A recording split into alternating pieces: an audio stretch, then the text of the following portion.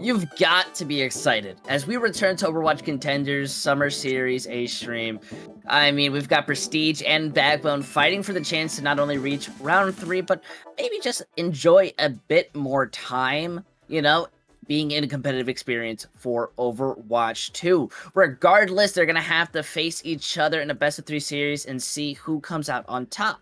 But I'm using him on Discord Intel here, joined by Ocean, who is going to be having their own expectation thrown out the window.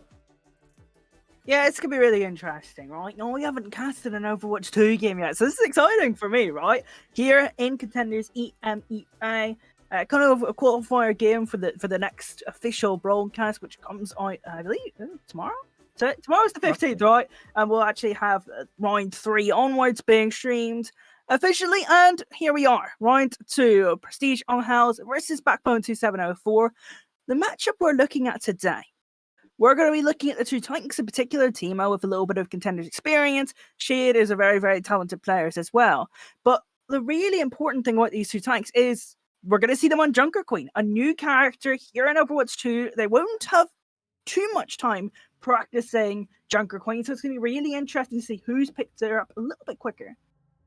Especially since players, I think they've had a bit more time to get used to, but not experienced to the new patch, though I don't think it changed too many things. I do know that these players have had a bit of annoyance having to deal with it last second. A bunch of Junker Queens have been going off the maps, but as you saw, a little snippet, we are going into Lijiang Tower. There aren't that many chances to, ult yourself off the edge, but, I mean, Ocean, I gotta be honest with you, as somebody who's not always there, kind of highly integral into the game, I kind of came into this thinking, the Overwatch 1 meta of Wrecking Ball was still going to be kind of dominant. What makes Junker Queen so good right now? It's really, really interesting. I feel like it's her ultimate. I feel like her ultimate's really, really, really good. I was watching some Contenders Australia earlier, and there was a lot of really good setup plays with Junker Queen's ultimate called Rampage. So we'll see what they could do when they have that. It could be a win condition for both of these teams. I mean, I agree, but they have to be careful. You already see as early trades come in, and as much as Shade wants to kind of make that space, you don't have at least a teammate with you, especially that, DPS, so you're just having to back up. You're having to play this space, and, this is interesting. They're still having to wait. Unfortunately, Chaos is going to fall, and honestly, Backbone aren't going to be having much control of this. Yeah, no, they're in a pretty poor spot. Shade's down, and they're just going to have to back off. One thing that's really interesting, Gara went down first. This is a really unique support line. LP's always kind of, stood out to me as a more passive flex support player, and Gara played on O1 Esports for a lot of last season, which was a one-trick team, so has a more aggressive Lucio style. I'm interested to see how that works out later on and how they set up Teemo, because as I said, we're looking at the tank matchup today. Both Junker Queens fairly quiet in that last team fight, so we'll see what they could do, especially Shade as Backbone look to engage. Yeah, they're coming close, but the big fight is for that ult charge. Unfortunately, Shade is being taken out because Teemo's able to get a quick 2K, and the rest of the team comes in, follows up. That was efficient. Yeah, I want to look at one thing. Wax, a new player for Prestige on House, a player that a lot of people are going to be really interested in, because the star player for me previously on this roster was Avoria, who was a hit scan player who's moved on to 4th Dimension. Wax, a pretty good performance on the Sojourn early on, was doubling Lutu's ultimate charge until very recently. So we'll see what they could do with this overclock. That's the next big ultimate online in the lobby.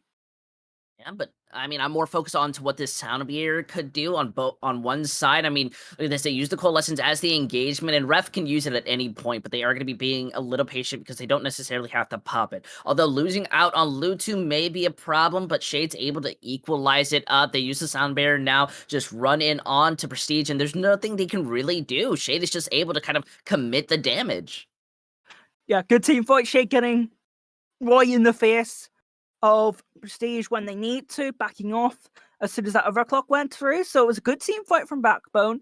Did the basics right. Your opponent uses an ultimate, let's give up some space, and let's get back into them with Force Siren Barrier. It was good and well executed team fight from Backbone. Into the next team fight, though, let's have a look at the Genjis, right? Both teams have their Dragon Blade up, and it's not just how they execute this blade, it's how they set it up as well.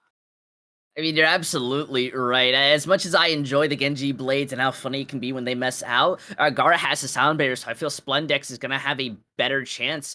As you see, they use the abilities just to look. Wex is able, but Splendex goes in with the blade, is able to get one. Unfortunately, that rally is going to be shutting them down, and Backbone did not commit an ultimate with such low percentage. I'm a bit surprised. Interesting. I feel like Atlas really need to use that Genji ultimate first. And look, Dora still has that sound barrier for when Atlas comes back in. Backbone are in trouble here. I don't even know if they can get back to the point. Oh, yeah, they even commit the blade. You know, they force out Gara's sound barrier, which isn't necessarily the worst idea, but look, the Shade now has to sacrifice the Junker Queen ultimate to get back onto the point as the Doomfist, and they're still staggering themselves. They're lowering their chances of truly winning out this point, and as you can see, that Junker Queen ultimate comes out from Teemo. It's not even needed because regardless, Prestige are going to get the cleanup and they're going to get this point. Yeah, good team fight from Prestige on House. Good round from Prestige on House, and they'll clean this up. I thought they were really good that round. I thought their win condition usage was good. I think they had a lot of really good ideas. I think the only team fight that Prestige on House really struggled in was that team fight where Wex used the overclock and wasn't able to get that value. I think they were relying on Wex to get a little bit more in that sort of situation, but they played really well. I think the second team fight, Teemo, was very, very good, and created a really solid foundation for Prestige on House. And that support line seems to be, working really well with each other. I wasn't really sure how they were going to interact, LP and Gara, but it seemed very solidified. Not many times where LP and Gara were going down or dying at all, apart from the first team fight where Gara was the first kill in the lobby. But it's been solid, and Backbone needs to find something different in this round, because realistically, Prestige on Hells were better by quite a while in just their individual matchups in that last map. The matchup at least here is going to be a bit more fundamental, as you're seeing. Shade is split off from the rest of the team, needing to immediately go back, but Backbone are the ones who are in control of the point, and Shade's going to be feeling really happy about that, especially on the Junker Queen. What is Prestige really going to do besides from hit with his poke, trying to do as much as they can, but the moment that Teemo enters into enemy lines, almost falls down and has to be incredibly careful. It's almost a dangerous game, as Chaos is eventually going to fall down. Gara's going into the backline looking just to get those damage, but Teemo does fall. That will end up kind of equalizing the fight because Shade's able to go in, but Gara's still able to get an equal amount of damage. It's a messy fight, but nonetheless, having one tank does give you a bit of an advantage. It's still 2v2 on the point. Chaos is coming back on the Brigitte, and they should solidify the fight for Backbone. Yeah, that's going to be Prestige on House backing off. They did manage to build up pretty close to their support ultimates though, but they're still pretty far behind at least Rethid on the Lucio for Backbone. So that sound barrier is going to be a line. That's critical first support ultimate for Backbone. That could be a really useful tool. They could just go straight at Prestige on House, especially if this is a longer rotation from the team in blue right now. Well, they are going to hesitate though. You already see as Atlas needs to be careful. Doesn't want to be poked out, but Gara speed in, escaped. I'm loving how they're using the ping system right now, just seeing where it's going. As the Coalescence comes in, they have to use that sound barrier just to protect themselves, and the Blade is trying to at least find a bit more value to force them out. However, Shade is just making sure that whoever is kind of being caught out or not being hit by the Blade still is taking damage. Yeah, Backbone are in a really good position right now because they are kind of deciding where these fights take place because they took a positional advantage right at the start of this round, right? And this round of Night Market, they got onto the point and they're trying to force brawls on the point. Junker Queen is like kind of playing into like what we would see in typical Reinhardt compositions previously in Overwatch 1, and kind of is functioning as a main brawling tank. So if you can decide where the fights take place and you can decide where you're comfortable brawling, you're always going to have a more of an advantage. Yeah, look at this. Shade is waiting to use that ultimate. They've lost Chaos, so they need that chance to bring it back. Unfortunately, it doesn't seem like the ult was well enough as Wex is able to get that damage, and even going a bit into the back. It's even Schmeven as Lutu's able to find two, be able to bring this back in their favor, and Prestige aren't able to clutch it up. Lutu even builds up their own ultimate. May lose the Splendex, but I mean, that's 98% on the point. I think that's going to be it for Backbone. They're a really, really good spot. Prestige will be able to touch, I think. No, got put back. Oh, no, they've got it. Yeah, just barely. Moore is able to jump back onto the point, and Teemo is able to find out Chaos. Prestige are the ones who are coming back in as a full unit, but they're having to be careful against Shade. Doomfist is still a very strong hero when it comes to these team synergies, and as you're seeing, Teemo's looking to just play back, hoping to find anybody out with this knife, but the control on the point is what's the big problem here. Backbone are eventually going to give it up, but that was by their own choice. Yeah, they are going to back off. I think they actually just lost the fight in the end. A really good retake from Prestige on Hell's, going from not touching the point at all, almost, to getting into a really good position. And now Backbone are going to face the challenges that Prestige did, right? Where you saw Prestige really struggling to take a fight on the objective under their circumstances, right? Now, Prestige are in the situation where they could take fights whenever they want. They could go aggressive with this Coalescence, or they could invite Backbone onto them, try and catch them on rotation with a Dragon Blade, or just wait for Teemo to get that ultimate in a unique brawl scenario.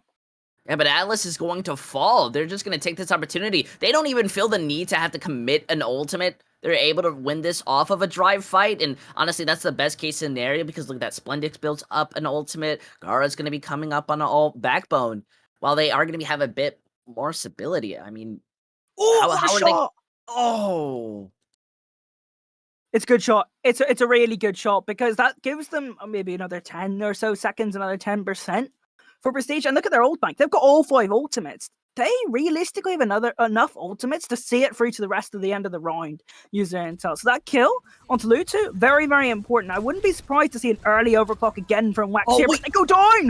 The Wex messed up their mobility. Teemo has to commit with the Junker Queen ultimate, but the Coalescence, a lot of ultimates going out as one side is just hoping to get the advantage as both blades manage to get a trade. It seems Splendix is the one who's going to be able to get the montage out, taking 3. The Lucio is so low, but Prestige, they're going to hold this point, but they had to use everything.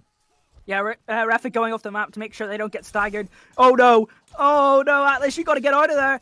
I think Atlas is going to be safe for now. They will get another team fight Backbone, but they have to deal with Wex's overclock, which has been just activated now. I mean, I'm absolutely sweating because they have to touch the point. You're going up against Reinhardt, not the biggest deal in the world, but Teemo's able to just walk in and hit you with the hammer. Poor Shade, basically all alone. Eventually, he's going to be losing out on Atlas, and the Lucio can't survive forever. That poor Junker Queen can only do so much as Prestige manages to clutch that back out, holding it by the collar. Look at that, they're going to be able to win out on Lijiang Tower. A really good round from what we've seen from Prestige on Hounds. They lost a couple of players recently, and I was a little bit concerned for them and what results they were going to get with a couple of new players in the lineup. But the core pieces are still there. I think Wex has fit in really, really well so far. Slendex, that Dragon Blade saved them a little bit. But I think the key fight for them on Night Market user intel, and what we're really going to highlight here, was that clean fight, where they had no ultimates used. They didn't have to use anything. And then the kill onto Lutu late just gave them so much time. And with a full ultimate bank, they had all the tools to win that round, and they used them really, really well. So that was a really good and important clean teamfight victory with no ultimates used. And that's where the tempo of Night Market really changed towards the side of Prestige, because they were able to decide when we use our ultimates, when we aggress, they had so many more options than Backbone did. And if you remember correctly, Backbone were in a really good position to win Night Market. They had a lot of progress really, really early on. Yeah, and maybe that's a given just because they really liked they like being aggressive. They like letting Lutu just go in willy-nilly while the rest of the team is able to be kind of that bullet sponge type of scenario. But I think what Prestige they did amazing with that ult economy. I think in Overwatch 2, at first I didn't really think about it, how much it was really going to be impacting these players, especially at this level. But we're now seeing how much it matters to not only conserve but plan and when you want to use your abilities. So when we're looking at the next map coming up, I think it's going to be very important that Midtown is not a map that we're all necessarily used to playing, but I mean, if these Junker Queen compositions walk out, I mean, this is a very open space map on the first point. Yeah, it is quite open. It's going to be interesting to see what the teams value. Are they going to value the space in and around, I'm not American, the little subway cart, I think it is. I think that's what it is. Only don't know. It's a train in the middle of, I think, tracks. I'm not sure what it is. There's an important area that I think is a subway cart of some sort that I wonder if teams are going to fight for, or if they're just going to try and go directly to the point, especially on their offense. What areas do you value on points? I think point B is pretty obvious. There's a lot of high ground that you can play around on point B. That's going to be really important for both of these teams. Yeah. But I think the most important thing about this map, user in town, is the fire truck. You know, maybe it's just because I really enjoy watching Dante play on downtown, but the fire truck. What? The fire truck, look at it. Look. It's not the cool one. It's not the one that we're moving to the end, but it's a fire truck. That's just different, all right? We got to appreciate the little details. The little details, yes. Blizzard adds in a fire truck with no wheels. Truly, this is. It's exciting for me, all right. It doesn't take much. It does not take much to excite me. What else excites me, user? And some good Overwatch. Yeah, I can agree to that, but we're looking at very similar compositions, and you know, one of the questions that I really want to ask you is, what is the difference between? I mean, the Moira just got, you know, their own change, and personally, me, I think the Moira change is absolutely insane, and I kind of came into this thinking that was going to be a must-pick type of character. You know, you get that damage reduction. I am unsure why we're seeing a lot of teams run this here break. I was watching a lot of Contenders Australia, and they were running the same thing. Yeah. I am perplexed as to why I see teams, even at Overwatch League, play two flex supports or two main supports together. I don't like it. I feel like we've been playing this game for 6 years, almost now. Main support and flex support, run one of them. I feel like you have so much more control of the game always with that support lineup, and that's how it's always been. So I just feel like Prestige on House, they have, a more secure, a more stable support line, and a better grip of how this game is going to go. They're just happy to be friends. Unfortunately, they are going to have to go pick up their friend Lutu, who gets picked off very early on. There's not much that they're really going to be doing. And this is kind of the point where I was really worried of how Backbone were going to be able to walk in, especially with their own composition. I mean, it feels very brawly, but you're dealing with long-range angles. I think this is an interesting thing. We see a different Junker Queen player for Prestige on House. They've brought in Roblox Lover 1. Right, they're in here, right? They're playing the game, and they're playing Junker Queen as well. It's weird to see that they've had two different tank players pick up the Junker Queen. It's got to be that different style or maybe comfortability, but it's not showing off what it's making so far. They're having to be careful, especially with Backbone more playing underneath. This gives Prestige a lot more opportunities just to be able to get that poke damage in. They're actually coming up on both DPS ults very soon, but this is where Shade wants to play that aggression, but eventually gets punished, and the rest of the team just wasn't able to kind of help peel out. Yeah, I feel like we're going to see Backbone change their approach in this next team fight. It might be a composition switch, I'm not too sure, but I feel like they need to kind of contest this little bit of high ground, right? Because we saw Shade there poking underneath that tunnel there, and we're just taking so much damage from the high ground. And Prestige on House's GPS, we're just able to get so much value there. So we'll probably see at least a change in the way the Backbone approaches. No, they're just coming up main again. And look at that, they get hit by the Moira debuff, so they don't even want to engage in until it's gone. Backbone only have the sound barrier. Now they're having to deal with Wex just walking out with their ultimate, taking out Shade. I mean, that's just how you end a fight right there. And, you know, the question goes now is, does Roblox, you know, when's the time they're going to be able to build up their ultimate? The rest of the team's got it. What's going on? I mean, 1 minute 48 left, right? And a lot of these fights have been relatively long for hard, like, you know, how short, like, long the fight has been. The fight's been quite short. Yeah. The setup has been so long, so we probably only have 2 or so fights left. The Backbone, they've changed their approach. They're just going straight in with the rally. I love the aggression. I love the anger in their eyes, but they're pressing the S key when they're having to face with the Coalescent, committing in that damage that the sound barrier really was saving them from. Now, they're looking for a messy fight. That mortar comes slow. They pop out the blade. Splendix is looking to get that montage, but gets booped way too high. There's nobody to really find out, so you do a bit of damage onto Shade, but Shade's got best friends all around them, and they're safe from any true pressure. But, I mean, Prestige, look how split they are on this map.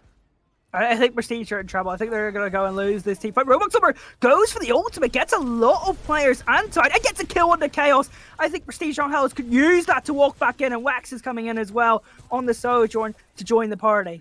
I'm actually very impressed. Yeah, when you look at that, at least kind of on paper, Backbone could have just stayed on the point, you know, maybe fundamentals. If you're looking at it like a bronze player perspective, they won the fight, right? They had people backing up. But now they have ultimate, so this is going to be the more important way that are they going to be able to capture this point, and they're already starting to kind of claim value on it as Lutu's able to take out Wex Ocean. But Prestige Angel, they're coming back in at a... No, they're not. They are just deciding to back out. They might decide to come in. They are going to, but they're going to hit by the Rampage. That's 3 players needed. Oh, that's not going to be feeling good. I kind of question, you walk in a linear perspective, if you're ult tracking, you know, was that a kind of a moment where you just try to force out Shade's ultimate? Was that just a giga brain play that we don't understand? You know, I've just realised that I think I've got to come up with another term for naded, or just say purpled, something like that, because that didn't really make sense. You got hit by like a giant sword thing or a rampage. Anti is the official term. Yeah, anti. Yeah, there's a lot of different things I could have used that, but naded just sounds cooler, right? Yeah, but no, not professional, but it's cool, right? So I'm gonna say it's all right for now. Well, I come up for a cooler term. Regardless, there's a community who can't even see the color, so they'll get the terms. As Atlas is able to go into the back, take out Splendid, they weren't a bit prepared, and now they're being caught out. Even if Wex is using out that ultimate, you're gonna need some bigger plays. Roblox is able to get the follow-up on the Lutu. Oh, I'm sorry for ever doubting you, because then they commit the Coalescence. That's a cleanup right there. Well played from Wex. I feel like they've grown into this game. I feel like Wex was like a little disappointing on Lijiang Garden, especially when they used the overclock and they were kind of relying on that ultimate to get value. When they lost that one fight on Lijiang Garden that they lost. But Wex has been really clean for the rest of the series. 1 minute 18 now. Sandex hiding away here, probably just looking to get an engagement onto the back line for when Roblox Lover gets up to that Rampage ultimate for the Junker Queen. No, they're going to back out. Going to give up some space and retake the high ground, so his Backbone look to approach. And Backbone could be kind of stuck here. They're kind of sitting underneath now. They're on the high ground as well, and we're going to see the 2 fight for position. I mean, you were still correct. As Rampage comes in, everybody's unable to be healed, but the sound barrier is going to keep them up, and they even have the blade just as a deterrent saying, please do not walk any closer 5 feet. It's just not going to be the best. So now, I mean, they finally get control of that high ground. They're going to be able to push in, but it's back to that neutral. And look at the ultimates for House. They've got a sound barrier. They've got a dragon they coming out. They can just engage pretty aggressively here and just rely on Slendex to get some kills. Yeah, Wex is able to get the pick onto Lutu, and Shade's even going in, hoping to find out those supports, but it's a mess. Not able to focus on a single target. Blendix is able to go in, get the kill onto Shade, but that payload, they have to run in, and it's at the worst spot. I don't really think anybody but Repid can touch it. I think it has got to be Rapid, and Rapid's going straight to the cart here. Gets the touch, but it's not going to be enough. I don't know who's the next to touch. They have activated overtime. If they can get closer to the cart, they have got a couple of ultimates, and the over... Oh, no! Yeah, it's actually that slow motion ending, you know? That cut me off. I thought they were still going. They had the Junker Queen Rampage coming up there. The overclock activated. I think they were able to touch the cart there. They had a chance there, Backbone. But regardless, they've been held on the end of Midtown Point B. I mean, it's still in the tunnel. If they got outside the tunnel, you'd say that's pretty winnable. But this is a difficult situation for Backbone. They've got their work cut out for them. They're going to have a really good point-out defense, in particular, if they're going to take this map. And when you're spending a lot of time in that poke phase, you're not building up any time for the second phase and or the third. I think that was a very big risk, and though I can understand the struggle, the question comes to my mind is Junker Queen that much of a meta type character, maybe utilized solely from the ultimate, or is Junker Queen just that fun of a character that you maybe don't switch? You don't really get punished on ult economy if you're a tank as much, though at 50%, that's a bit debatable. Well, one thing I'm kind of puzzled by is what main support characters have done over the course of Overwatch history is they've been really good at setting the tempo. Like, Lucio has a speed boost and is able to get teams into the fight really fast, but is also able to speed teams out and make the game a little bit slower. Mercy, of course, is really good at helping poke and slow the game down, but can also damage boost heroes like, I guess, Genji and Tracer want to go a little bit more aggressive at times. And Brigitte as well can brawl when she wants to hike the tempo of the game, and of course can stay back with her supports to slow down the game. I am really surprised Backbone haven't been setting the tempo with 2 main support heroes. Well, they're able to win off that fight, so I don't know if that's going to be changing your opinion out here. But I do want to say I liked Prestige's idea. The rotation could have worked. Yeah, I do want to see some of these teams try and battle for that high ground. I feel like a lot of teams are just kind of rushing in, trying to get to the objective and force a fight there. But even if you do force a fight there, you know, Lutsu, for example, would still have the high ground around the subway car as well. So it's a little bit... I'm not sure I like the way teams are approaching Midtown Point A right now. Sandix looks to go over the top, and it's just a distraction as Prestige on Hell look to go to the objective.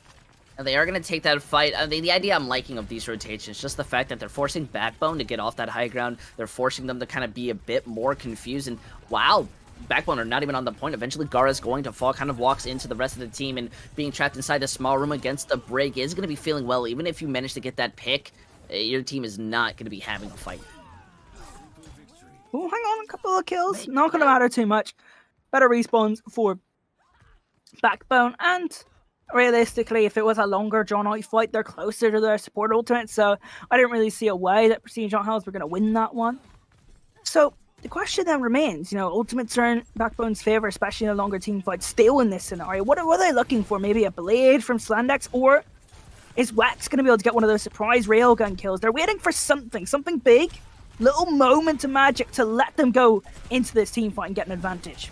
They're going aggressive. They're focusing Chaos and Repid exclusively. Unfortunately, not finding out Chaos has caused the downfall of this team fight. Able to pop out that rally, build up the sound barrier. That was incredibly unlucky. I don't know if you saw that, but both Chaos and Repid extremely low, similar to Shade, but they kind of just turned their attention towards the Brigitte. I mean, I think that's a good idea, though. Try and get on the back line, try and force out some of those support ultimates. The problem is they only got out one of them. They still had the sound barrier on the side of Backbone, so you only got rid of the rally. And now as you approach, you've got both DPS ultimates to deal with and the Rampage, which we already know is an extremely good ultimate the Junker Queen has. So Backbone are happy enough to just set up on this high ground and just wait for their opponents to come in, and they might activate an ultimate early on to try and push them back and waste a little bit of time, but firmly in favor, economy-wise, for Backbone right now. They do use that sound barrier just to play against the Blade, and I mean, Splendex is going to be feeling too happy, similar to Atlas. Ooh, Atlas is the one who falls inside the enemy backlines, and that's honestly going to be a catastrophic punishment, as the rest of the team's just able to go in, especially with Roblox. I didn't call it out, but Roblox had gone in and disabled them from being able to heal with the ultimate. Oh, I thought that was a poor team fight from Backbone. I'm not going to try and hide that one. They had the positional advantage, the ultimate advantage in their favor. Gara didn't even use that sound barrier that they built up in that fight. I thought it was a really poor team fight, really poorly executed. The timing of when they went in, like, you could have used that sound barrier defensively. You didn't need to go aggressive with that as well. Like, you'd already forced out the Blade. It was a 1-for-1 trade, and then Atlas tried to get aggressive, wasn't able to find anything. You could have been a lot more patient with that. And now Backbone are kind of struggling. They have to back up. It looks like Prestige on Hells could even stretch this advantage to get high ground control. Ooh, that's a nice ultimate, managing to catch out 3, but the sound barrier will keep them up for a little longer. It's about what you're going to do afterwards, because now Prestige back into this neutral. It seems that they're the ones who are going to find the advantage, taking out Atlas, as Splendix is able to go and get that pick damage, and then Wex, almost like a Tracer, is able to get that clean up damage. Nothing that Backbone can do. When we enter into the last fight, it's going to be at that checkpoint. I mean, a lot of people look at that, that's an ultimate for an ultimate that Shade used, but like, I don't think it really is an ultimate for an ultimate. I guess you do have an advantage next team fight with both of your support ultimates being online for Backbone, But you've got Slendax's ult coming up. LP's got the Coalescence. So I would still say Prestige on House have the ultimate advantage. And also, they only really need one more team fight. And this map has done so. Look at that, right where I said they do manage to get a bit of that oh no! But now the Blade's gonna come in. Chaos just wasn't able to do much, and the rest of the team is now crumbling without their Brigitte, giving them a bit more security. The Salvator actually got Ajax. It was about to be used, and it gets caught out in the air. Prestige! They managed to bring themselves to match point, and pretty convincingly, at least on that last fight, a lot more confident comparably to before. It was good. I think what Prestige are doing really, really well is when their opponents have support ultimates, they're getting them on pretty well, or at least they're trying to. There was that one team point where they went straight after Chaos and Rapid, and they were only able to get out the rally, but that ended up being pretty good for them long term. So that was maybe the only fight they poorly executed that, because they probably could have got out the sound barrier as well if they played it a little bit better. But it's been really good. Really solid performance from Prestige on Hells. I thought map 1 was brilliant. They were comfortably the better team. I really liked their defense on point B of Midtown. I feel like each individual piece is playing quite well. I'm pleasantly surprised about how the support line is playing as well. So it's been a really good performance from Prestige on House, and I'm curious to see if they can take this even further in the competition. But of course, they haven't won this series yet. Yeah, and I mean, luckily we are going to be able to get a couple replays, be able to see him point out. At least for me, I really just want to point out how Splendex is not being punished compared as much to Atlas, as well as like Shade is. I feel Shade is somewhat winning out when it comes down to the Junker Queen, but the rest of Prestige are able to kind of follow up, and you know, it kind of makes up for what Roblox Lover isn't able to fully commit on at times. I think it's also interesting that we see 2 Junker Queen players.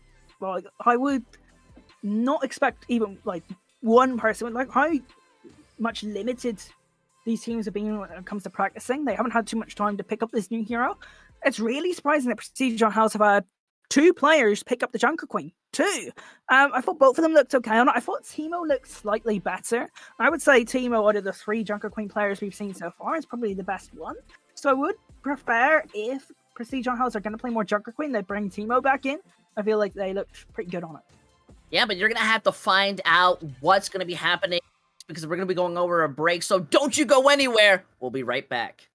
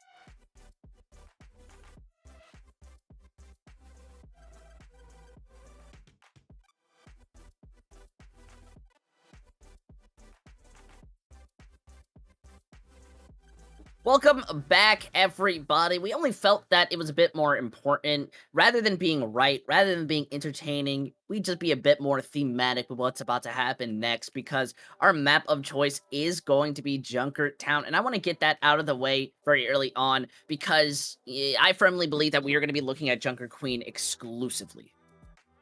We could do, especially on point B. I could see a lot of Junker Queen.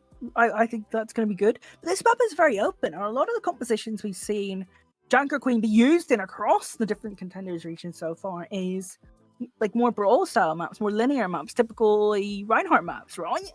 We've seen our brawl compositions as well, so it'll be interesting to see if there's a differentiator here. I think Sigma comps could be quite good here. If you're looking to spam and play from a distance, you might see your Zen Bap comps come out here. I'm also curious to see. Junkertown Point A has always been a bit of a Widowmaker fortress, so or you can play the Widowmaker here, or you can play that Sojourn, as we've seen both of the hit scan players here, Lutu and Wex, both been playing the Sojourn so far. So it'll be interesting to see if either of them opt to take the Widowmaker here, especially on Point A. I mean, Widowmaker's very not. I would say very different, at least in the way that I watch Widowmakers play comparably from Overwatch 1 and Overwatch 2. But I think you've gotta be a little bit, polluted in the brain, in the ocean, if you think the Junker Queen isn't going to be played. I mean, if we talked a bit about the ultimate during the games, and especially when these players are using it, but it's incredibly strong. And the fact that Moira, with the new ability, at least in my opinion, I think that it close to a must pick, but absolutely isn't. Kind of, it's just a good combo that, like, why don't you just run it? I mean, what type of shield are you gonna have to worry about, Ocean, if you're just walking past it every time? Well, we'll see what the team was up to do here. Typically, as we've seen before in Overwatch 1 and even a little bit of Overwatch 2 before Junker Queen was released, we have seen typically spam compositions here as like Sigma on this, but we could just see Junker Queen. Junker Queen is in that good a position right now, and Shade looks to be showing it right now. Yeah, we also still have Roblox Lover in, but we do have a switch on Prestige's side, so it looks like they are going to be going in with that double main support. So at least you're going to be you're going to sleep good tonight, you know? Gara is playing the Brigitte, so is Ilpi on the Zen. This is back to the old days, back to normal main support, flex support composition. And Backbone are doing the same. Oh, I love it. This is content. This is what we need. This is what only needs in my life. Nothing else. As I said, I'm pretty easy to please. And yeah, Roblox Lover is going to come out with a Sigma on the defense. So they're going to look to be spamming as Backbone. Like to be playing more. No! Stop it!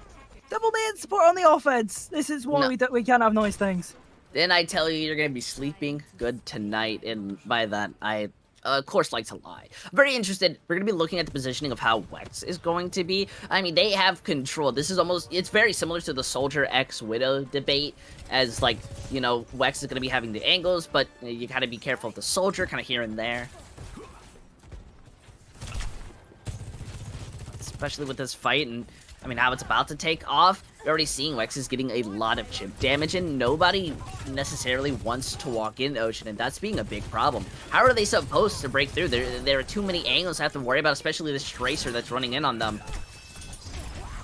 Atlas looking at the Widowmaker, gonna go on this end. Everyone is hard rushing Ilpi, but they get taken down by Wex as they look to approach Ilpi, who's playing so far back. Great positioning from the Zenyatta. They lose their own life, but it means as their opponents walk onto them, they take so much spam damage from Wex on the Widowmaker, Roblox Lover on the Sigma, and of course Slandex approaching from the backline. Good team fight from Prestige on House. That's a minute off the clock already. If you ask me, I would say that Zenyatta is absolutely a sacrifice. There's a lot of opportunity for that Zenyatta just to die, and so I'm very happy on the fact that, like, this team recognizes it, they're willing to go after it, and now you have to be more worried, Backbone. How do you break this? It's going to be difficult, because look how far back LP's playing again, right? You can't just go straight on the Zenyatta. We know what happened last time. Maybe look for Wex on the Widowmaker and like a Joe. They're going for it again. They just don't care. And of course, yes, they managed to melt the Zenyatta, and that felt exclusively rude. But now they're caught themselves out in a big open space. Roblox Lover's able to get in some good damage, and while Wex isn't necessarily able to get a good headshot in, that's still damage and pressure that you're adding out. The only problem is Roblox Lover eventually falls to their own damage. And that's the part that I think is eventually going to cost them. Well, Wex and Go didn't get enough damage while the rotation under the Zenyatta was happening. And once they got that kill and didn't take too much damage or didn't lose a player, that's where Backbone had a really good advantage going into the rest of this fight. Wex goes to that infra site. We'll have a little bit better of an idea where Backbone are positioning themselves. Atlas running low, but gets back to the sports. Yeah, they want to end this incredibly fast. Not even give Roblox a chance of playing the game. As well as, look at this, they're building up their ult economy efficient. Well, they still need to capture. Oh, you win that fight. Look on the bright side. Lip's absolutely massive, but they still need to capture that point. I mean, I think going for that point was risky. I think they were still in a pretty good position, Backbone and Co, but it just doesn't happen. Is there a player who can touch on the objective? It is. It's going to be Roblox up on the Sigma. It's going to be a tank as well with an ultimate. I think Backbone have lost the opportunity to get A here. They will have to see. I mean, there's a lot of commitment onto both sides as you see the ultimates go, but eventually that blade is going to help pierce through the damage, and you said one, Backbone said another. They're going to be able to capture that point. I mean, now Prestige, look at that. They go over to the Junker Queen. So a bit of what we talked about is now working back in. Yeah, they're going to go to the Junker Queen for point B because there's going to be a little bit more brawling here. I mean, theoretically, you could play your Sigma composition on the high ground. But they're going to look to match composition for composition here. The only change being the Brigitte for the Moira. I think that's expected. LP is a very, very capable flex sport player who is going to be more comfortable on those sort of heroes like Moira. But this fight is going in quick. Eventually, Splendix is going to fall, and Lutu finds... Oh, but that shot! That's going to be a 2 on to Roblox Lover. There's not much you can do. I mean, Lutu's feeling great, able to win that fight off of the Soul Ultimate. I mean, yes, the rally was there, but we're not calling that out. Yeah, they've been used to ults, right? Which, I mean, Prestige I'll be happy about, but they do lose a lot of critical progress on the cart, which is fine for them because they got the 2 ultimates out, and now they're kind of even on ultimates again since Prestige House had to switch their composition up, but they were a little bit behind on ultimates, but now it's a little bit closer. Yeah. Unfortunately, though, Prestige are stuck in a small angle. Eventually, to work in their favor, Atlas once again is going to be punished just from existing. As this fight now goes off, we're seeing Lutu be pushed away from the point. The Backbone aren't necessarily on the point, not going to be able to capture, especially with that debuff now there. Shade, Repid, not much that they can do. So now, Prestige, they have a way to set the pace. Yeah, let's slow things down. Let's talk about how the rest of this round might go. It's been a pretty messy point B, a messy team fight from victory from Backbone, and then a messy team fight victory for Prestige on House. What are the win conditions going to be for this next team fight? I think Prestige on House are in a really good position because both teams are close to Dragon Blade, but the support ultimates are going to be on faster for the side of Prestige on House than they will for Backbone, and that kill on the Shade is definitely going to help. Is a new term that I have yet to hear in Overwatch. You know, people helping out on each other, not something that you're comparably used to. And, well, Junker Queen's ultimates have been very helpful at this point. It does look like they want to take the rotation on top of the high ground and kind of fight for it. I like that idea. I mean, look at the ultimates for Prestige on House. We got 40 seconds left. That's 5 ultimates that are going to last you until the end of the round. They're in a really good position here. I think Atlas is going to have to do something really special for Backbone here. I mean, Prestige, they're still popping out ultimates against Atlas's own Blade. It's just not in comparison. Prestige are willing to invest everything for a chance just to shut this down, and it does pay off. But I'm worried of how they're going to be able to hold this. I mean, that's fine. Two DPS ultimates and a Coalescence for Backbone's best win condition. I mean, I guess the only problem is this next team fight ultimates are pretty equal again. I mean, apart from Chaos having that rally, so maybe Chaos is the player to look at. What can Chaos do in this next team fight?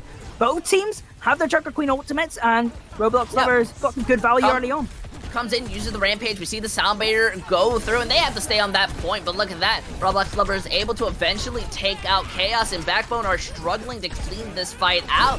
They're looking just to try to force everybody back into the small corridors. And while it is working, they aren't necessarily taking control. Taking out Wex is one thing, but finishing out this fight is another. They eventually build up to Lutu's ult, and that could be the play that they're looking for. Able to get that shot, taking out the Genji, looking for that Lucio is going to be moving around. There's just nothing that you can do against Gara, having those slippy feet all around that poor Genji. Wait, no, Genji gets the healing, then they get the debuff on to the Moira. They do manage the fade, and Wex is here, be able to contest onto the point, but if that Moira lives for a little longer, you have a chance of somebody coming back, but it seems to not be enough. Stopping just barely on to second point. Prestige have a win condition.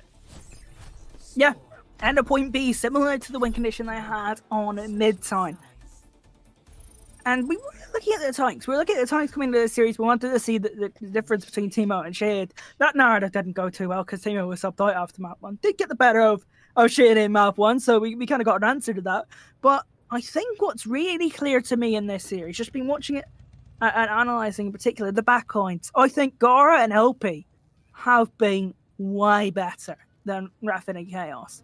Not just in the way they've been playing, but their hero picks, right? You know, they ran the Briggs Zen for a bit. No, genuinely, they ran the Briggs Zen for a bit, and then when they needed to swap, they were good on the Lucio and Moira. They clutched up at the end of point B there on their defense. Gara and LP survived forever there, and you saw some debuffs going on to Lucio. That's why they weren't able to get too much value from that overclock, because of that new ability from Moira. And I think Gara and LP have been really, really good for Prestige on House. They've been setting the tempo better, while Backbone have been running two main sports. Theoretically, that should be pretty easy for them to set the tempo of the game while missing out on utility like Moira's debuff orb sort of thing, right? They've lacked that utility the entire game. And they've also lacked the tempo because Gara has done such a good job. Gara has been awesome this series. Man, this game truly has taught me to never look at it by the books. You gotta just look at how these players are making impacts. Each character, each player on this team can do whatever they want. However, it does seem Backbone are deciding to do something quite interesting. They're looking for a spawn camp, and they are getting at least consistent damage very early on, but eventually Wex is able to take out Atlas, who goes in, with the dash, and unfortunately that is a little too far in retrospect. But I mean, Backbone, they're still managing to hold. They're being in of contest, but this is more of just building a bolt charge. I don't think they can hold this. I think also it's time. You know, Backbone didn't set a really good win condition for themselves, having to hold at the end of point B. So they're just trying to get as much time off the clock for when they have this last team fight on point A, right? You know, they're going to get 3 team fights on their point A defenses, providing anything doesn't go dramatically wrong, like someone gets picked off by Wax on the approach. So it's just about getting rid of some time to having a better hold on point B or in the end of point A. And Refit got up to a good amount of sound barrier as well, as Chaos matching LP as well. So the support ultimates are around the same, so I wouldn't say that was a disastrous first fight for Backbone. Yeah, they're deciding to take this new one in a different, take. Not taking that first angle. They actually force Prestige to have to play reverse sides as Backbones are the ones on the point. Eventually that sound barrier is going to be used, and they're taking it aggressive. If they don't take out Rip, they're going to be able to use that sound barrier, but losing out Chaos, I don't know if it's really worth the risk. Roblox Lover is incredibly low, managing to just barely survive, and as most pros will say, supports are looking very good as Roblox manages to survive throughout all of it, and they even build up a coalescence. This is going to be clever though, right? Because realistically, Gara's sound barrier, you're going to get another fight here on the end of point B. You will have already wasted 2 minutes off the clock.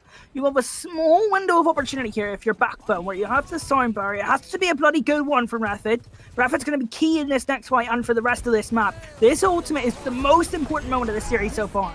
They're going to see that debuff miss out as Coalescence start to fight through. I think it's up to Lutu. They got to make that difference, and as I speak, it comes out. Managing to take out Wex, looking for these fights, but Splendex wants to make the difference with this blade. Once again, is not in the best position, but it is able to take out Chaos, and I mean, that's more than enough. If you're not worried about Atlas, I think you need to be having different priorities as we switch topics, and you do manage to take out Roblox Lover, which helps keeps the rest of the team in this fight a little longer, lowering down that time bank, but you don't manage to win it out. I still think well worth it.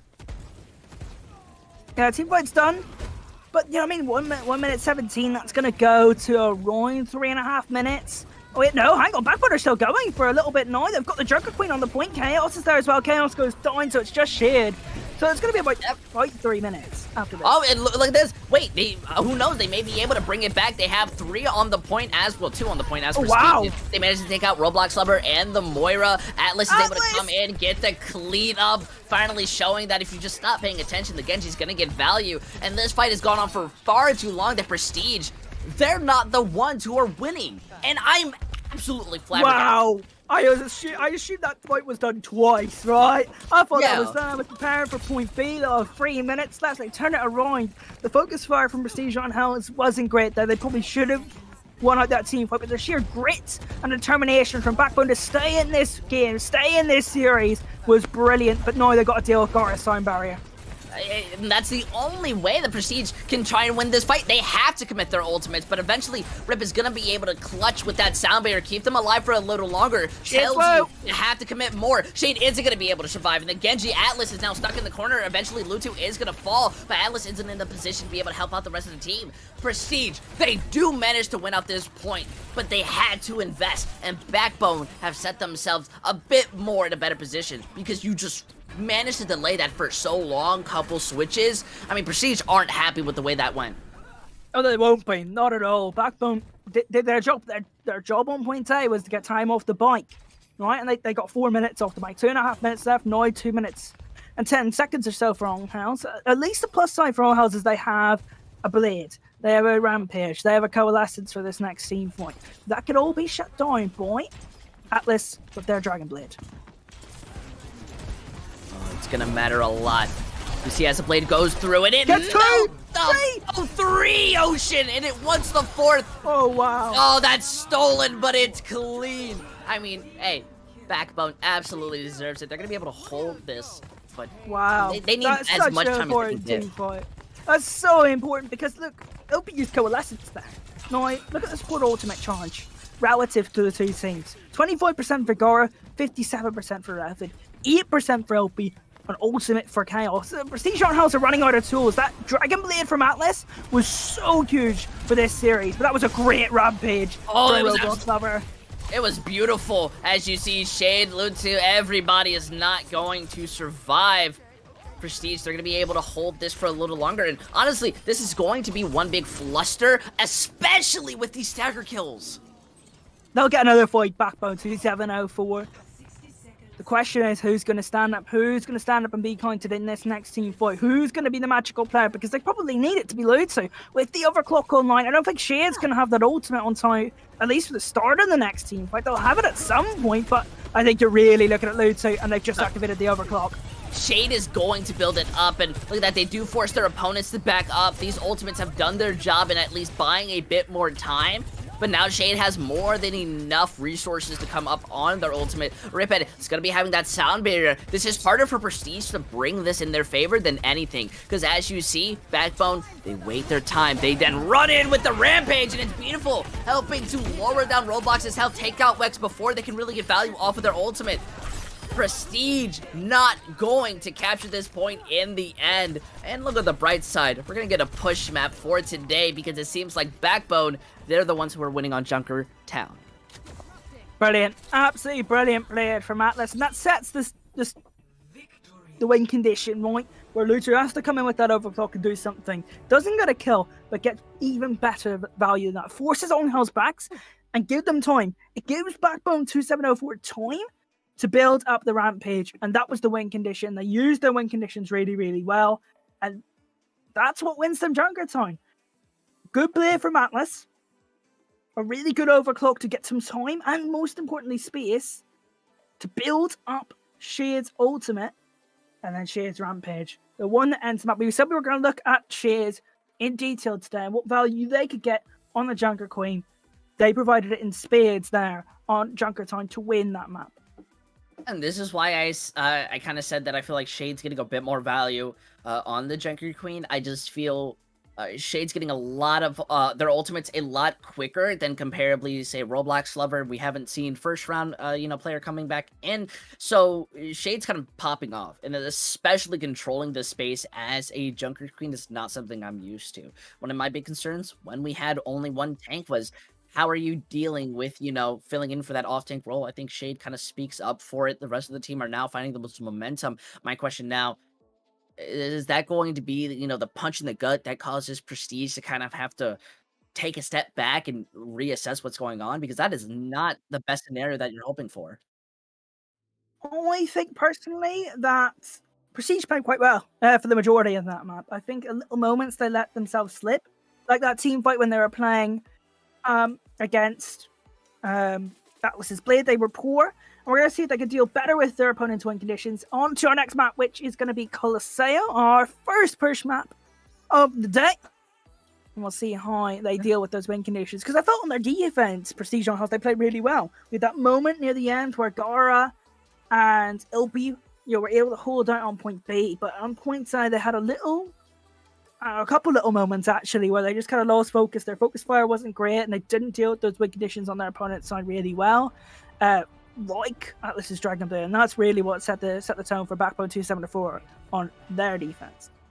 Yeah, I mean, look, now we're getting Teemo in, and yeah, I think the bigger point is what is Teemo doing that Roblox isn't doing, that they're switching them out for these specific maps. I haven't gotten used to Junker Queen as a character to be able to, like, read these players' styles and say, oh, they put him in for this reason or that reason. But, I mean, push is just 2CP, but whoever has the better DPS is going to win, right?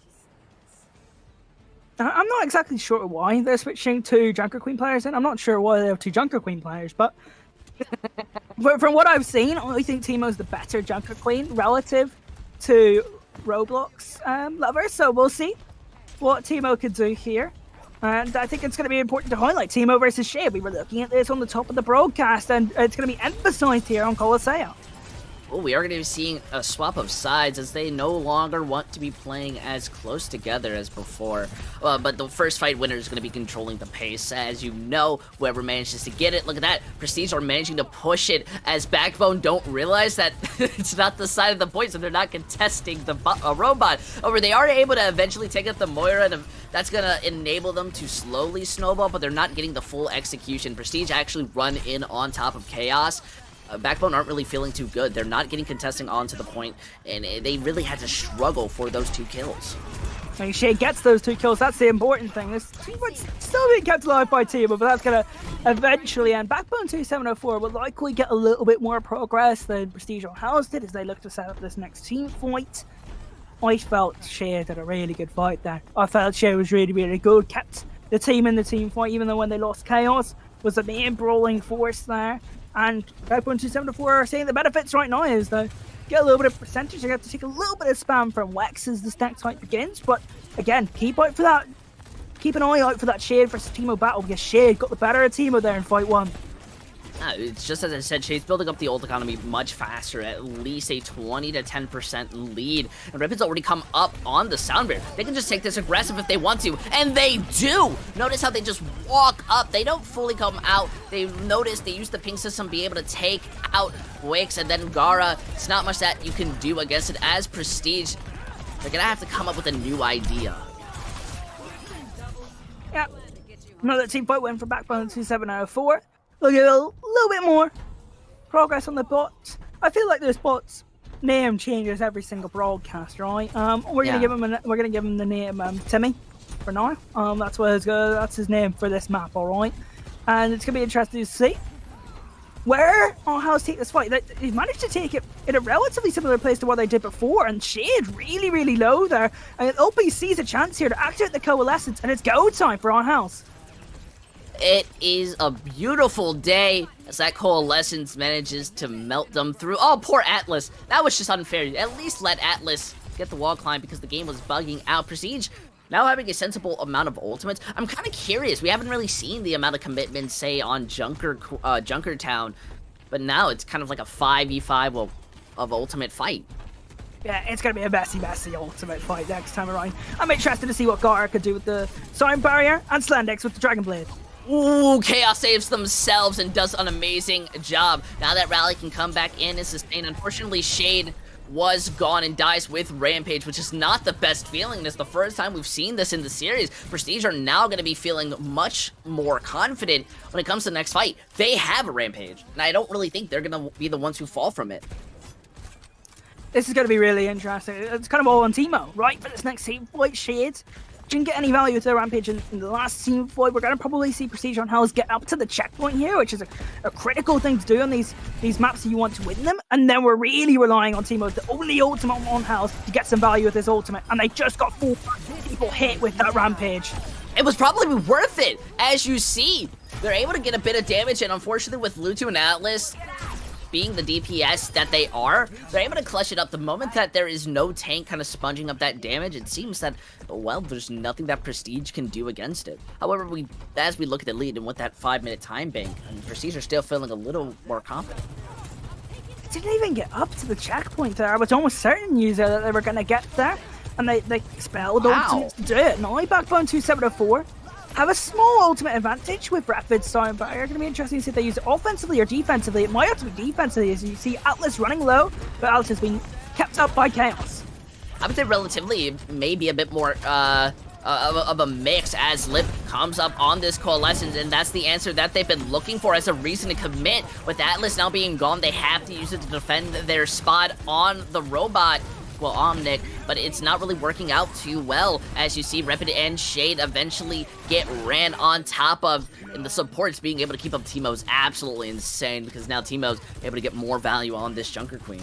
I really would have preferred to see Rapid use that either when Atlas was low, that first opportunity to use it defensively, or use it a little bit more aggressively, because by the time that they used that soundbar, had it online, ready to go for a teamfight setup, they'd already lost a player to LP's Coalescence. I feel like there was a window there that they didn't really exploit. And now the bot is moving once more for Prestige on Hells, and they've got their DPS ultimates. So now Backbone's opportunity, where they had the ultimate advantage, is most likely gone. But it's still a messy fight nonetheless, as this blade comes in from Splendex, isn't able to find that Pure, but eventually they get booped into each other, able to take that pick out, but the rest of the team has fallen by this point. I mean, it's an ult fiesta at times, but Backbone are the ones who are kind of coming out on top. They committed the rally and won that fight. Yeah, that was good team fight, because both DPS ultimates were used, but Prestige on Hells, relatively little value. Backbone have enough ultimates to at least get to the checkpoint or further. It's going to have to be one hell of a snowball. They're going to have to win multiple team fights in a row here, because this is probably, I know there's 4 minutes left, probably their best opportunity. They have a good ultimate advantage and are a good position to move the bot forwards, but it's how they use this opportunity. Does manage to find 2, but that sound barrier is going to nullify the Rampage, and Wex is able to take out Chaos. They're just going to continue to move forward, though Teemo is struggling to stay alive. However, with Atlas falling, I mean, there's not much that you can do. There's no reason to continue moving forward, and as much as Backbone are stopping the Omnic from moving farther than the checkpoint, they're not getting it past the midway. I feel like Backbone are just reluctant to use ultimates, right? Whereas Prestige on Hells, some of their ultimates aren't going well, but look, LP getting aggressive with the Coalescence, and you're getting more value. You're getting space, you're getting time. I feel like Backbone needs to be a little bit more comfortable on the trigger finger. Yeah, absolutely. Be a little more greedy. There's nothing wrong with it. You're going to be able to create your own domain, as well as just get control of this fight. As we're looking at it right now, that's 3 ultimates that you built up. Chaos is already halfway up to another rally, and the Omnic is already halfway through. Poor little Timmy is finding their way home, and the important part comes into how this fight's going to work. We already see them taking in during the midst, but Prestige then back up, sacrifice a bit of that space. They don't have much to worry about. They want to see if the ultimates are the ones committed as they come up. Teemo is coming on their own ultimate. I mean, Backbone, they're playing patient. I don't know how well this is working out for them, because look at that. Genji goes in, able to take out Shade. Wow. Splendex has just cleaned up this fight, and then Lutu decides very late on, while they're in the midst of it, to use their ultimate. Yeah, overclock it. Used, fine loot. This could go all the way, and this could be a point capture here. 3 ultimates, 3 very critical win conditions for Prestige on Hells. Yes, they don't have their support ultimates, but with the way they've been playing, Backbone aren't going to use this soundbar unless it's forced out. So you've been trading an ultimate for an ultimate, and then you want that soundbar to get aggressive and get any progress on your own side of the bot. Never mind, Atlas has decided, I'm going to actually use my ultimate here. Gets aggressive on the Wex. Can't find the kill, does find the kill. I mean, this is what we're talking about. Atlas could do this consistently, but we need to be seeing more of Backbone actually committing and enabling that. I think they've done a good job of helping Shade build up that ultimate, but I think you need to help the rest of the team get value off of them. I mean, I think that's the first time that we've seen Backbone initiate with an ultimate. In Colosseo, at least, right? And now they're going to have to use their ultimates, because They have to be the initiators here. They have to set an aggressive tempo. They've got 2 main supports to do it. They've got 2 support ultimates to do it. And they have to do it now because they still are yet to get through the checkpoint. There's only a minute, about to be less than a minute left, and Splendex is coming close. No, does help take out Atlas. And once again, the Omnic is not even close to getting past this choke. It seems when it matters the most, we're not looking at Backbone kind of committing and being able to win this out. They have to just retreat and save not only the Junker Queen ultimate, but the sound barrier for the next fight if they want a chance to be able to hold this.